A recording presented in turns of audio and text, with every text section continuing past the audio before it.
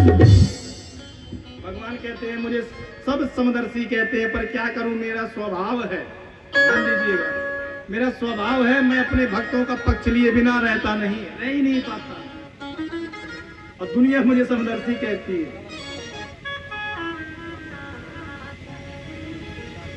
हिरण्यकश्यपु दैत्य था, पर उसी का पुत्र हुए प्रहलाद। बहुत ध्यान से सुनिएगा, भगवान के अनन्य भक्त हुए प्रहलाद जी। बंधु, जो कृपा भगवान ने प्रहलाद जी के ऊपर की है वो आज तक किसी देवता को भी प्राप्त नहीं हुई है। आप पूरा प्रसंग ध्यान से सुनिएगा। दैत्य कुल में जन्म लिए हैं प्रहलाद जी, पर जो कृपा भगवान ने प्रहलाद जी पर किया है वो देवताओं को भी प्राप्त नहीं हुआ। पूछा, तब प्रहलाद जी का चरित्र 10 अध्यायों में गाया। जिस समय वराह भगवान ने हिरण्याक्ष को मारा, उसी समय हिरण्यकश्यपु ने प्रतिज्ञा करी, बोले कि नारायण को मार कर ही अपने भाई को तिलांजलि दूंगा। भगवान का कट्टर विरोधी हो गया, तपस्या की, पूरा शरीर हिरण्यकश्यपु का दीमक से ढक गया। ब्रह्मा जी प्रकट हो गए, वत्स वरदान मांगो। इसने कहा हमें अमर बना दो। ब्रह्मा जी ने कहा, बंधु अमर तो हम भी नहीं, तुम्हें कहां से बना दिया? बोले अच्छा, गड़बड़ हो गया। बोले अच्छा ठीक है, तुम, इसने मांगा, फिर वरदान मांगा, ना भीतर मरूं ना बाहर मरूं, ना ऊपर ना नीचे, ना दिन में ना रात में, ना अस्त्र से ना शस्त्र से, 12 महीने में किसी महीने में ना मरूं, आपकी बनाई गई सृष्टि में किसी से ना मरूं, ना मनुष्य से ना जानवर से। ब्रह्मा जी ने कहा बस कर दे, इतने सारे वरदान तेरे जैसा आज तक मांगने वाला मिला ही नहीं, परंतु तेरे जैसा तब भी किसी ने नहीं किया, इसलिए चलो तथास्तु, दिया। अब इसने सोचा कि हम तो अमर ही हो गए। दिग्विजय करने गया, सारे देवताओं को जीत कर बांध लाया, वरुण से पानी भरवाने लगा, इंद्र से झाड़ू मरवाने लगा, देवता फिर रोने लगे, हे भगवान ये दुष्ट कब मरेगा। देवता रो रहे हैं, भगवान बोले चिंता मत करो, समय की प्रतीक्षा करो, हम ठिकाने लगाएंगे। इसके 4 पुत्र हुए, चारों पुत्रों में से एक प्रहलाद जी जब सयाने होने लगे तो पढ़ने के लिए विद्यालय में भेजा। हिरण्यकश्यपु दानव विश्वविद्यालय, देवताओं का विश्वविद्यालय, राक्षसों का, पढ़ने के लिए गए। वही दैत्यों की नीतियां, वहां के प्रधानाचार्य शुक्राचार्य जी की 2 बेटा है, संड और अमर्क, ये पढ़ाते हैं वहां। दैत्यों की नीतियां पढ़ाने लग गए। एक दिन घूमते घूमते हिरण्यकश्यपु पहुंच गया।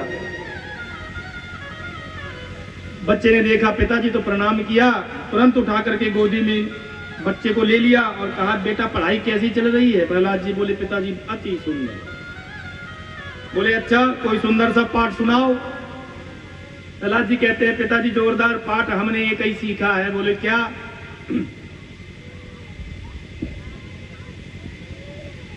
बोले पिताजी तत्साधु मन्ये सुरवरदेहिनाम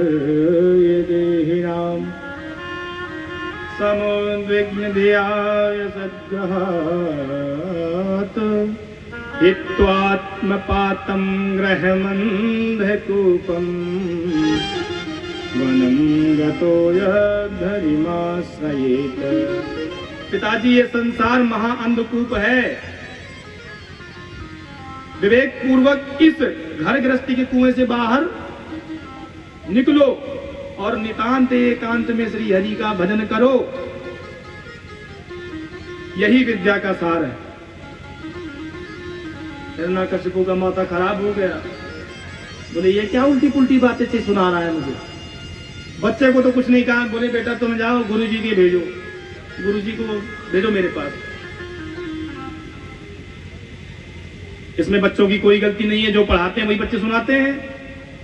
गुरुजी आए, सरकार स्वागतम स्वागतम। बोले ये सब छोड़ो, पहले ये बताओ यहाँ पढ़ाते क्या हो बच्चों को? बोले सरकार सरकारी विद्यालय है, सरकार की आज्ञा से चल रहा है। आपने कहा गा मानी गणेश पढ़ाना बंद करो, सांप्रदायिकता फैलने का डर है। हमने गा मानी गधा पढ़ाना शुरू कर दिया। बोलो राधे राधे। आपने जो आदेश दिया वही पढ़ा रहे हैं। बोले झूठ बोल रहे हो। अभी अभी मेरा बेटा सुना के गया है कि हरि का भजन करो एकांत में बैठकर, यही विद्या का सार है, यही उठपटांग सिखाया है।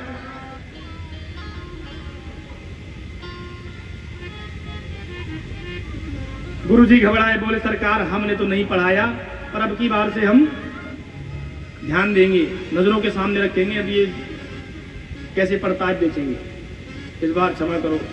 बोले अगली बार छोड़ूंगा नहीं, इस बार तो छोड़ रहा हूं। एक अपराध है, पहला अपराध है, क्षमा करता हूं। बेचारे सरकारी नौकर है, सरकारी की तो बजानी पड़ेगी। सदीनों राज सेवक कहा, समय बीता, विद्यालय में अवकाश हुआ, गुरुजी घर छोड़ने आए। जैसे ही घर छोड़ने आए, प्रहलाद जी पिता के दरबार में दौड़ के गए, फिर प्रणाम किया, प्रहलाद जी को उठा के गोद में फिर बैठा लिया।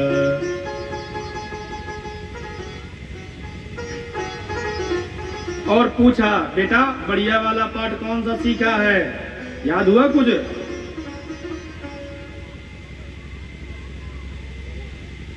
सुनते ही गुरुजी की धड़कन तेज हो गई महाराज। बोले भगवान जाने इस बार कौन सा पाठ सुनाएगा।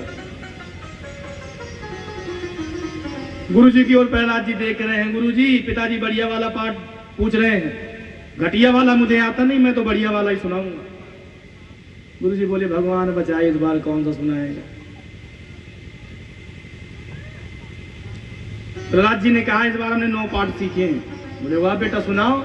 प्रहलाद जी ने नवधा भक्ति सुना दी। श्रवणम कीर्तनम विष्णु स्मरणम पाद सेवनम अर्चनम वंदनम दास्यम साक्ष्यमात्मनिवेदनम सख्यमात्मनिवेदनम।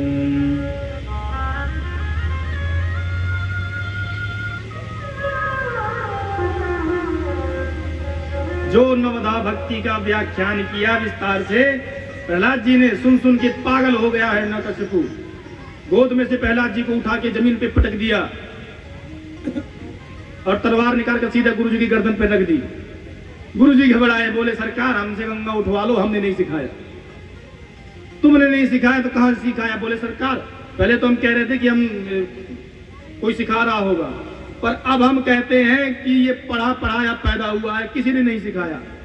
हिरण्यकश्यपु कहता अच्छा तुमने सिखाया, तुमने पढ़ाया नहीं, किसी ने सिखाया नहीं, तो कहां से सीखे? बोले ये पैदा ही पढ़ा पढ़ाया हुआ।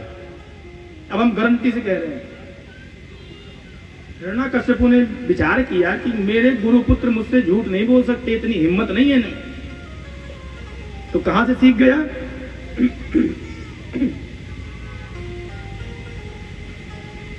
कहते इसकी बुद्धि, जो गुरुजी है कहते इसकी बुद्धि ऐसी हो गई है पहले से।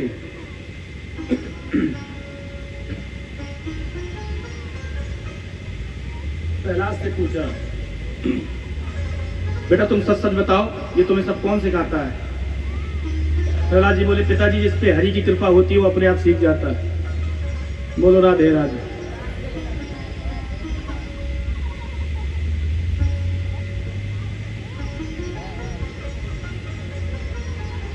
पिताजी ये सारा संसार अंध परंपरा से चल रहा है। बंधुओं ध्यान से सुनिएगा। राधे राधे राधे राधे। प्रहलाद जी कहते हैं पिताजी ये सारा संसार अंध परंपरा से चल रहा है। एक लाइन में अंधे ही अंधे जा रहे थे, आगे का अंधा एक गड्ढे में गिरा, धम, जब आवाज भई तो बाकी के अंधे रुक गए। आवाज लगाई, बोले भैया ये आवाज कैसी, कोई गिरा क्या? जो बेचारा गिरा था उसने कहा कि अगर मैंने बता दिया तो ये कहीं मुझे छोड़ के आगे ना बढ़ जाए, मैं यहीं पड़ा रहूंगा। बोला ऐसा है कि इसके मत बताओ ही मत। नहीं नहीं कुछ नहीं हुआ, आगे बढ़ो।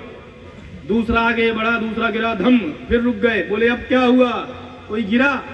दूसरा गिरा तो उसने कहा इस दुष्ट ने हमें नहीं बताया तो हम किसी को क्यों बताएं। परिणाम ये हुआ कि सब एक के बाद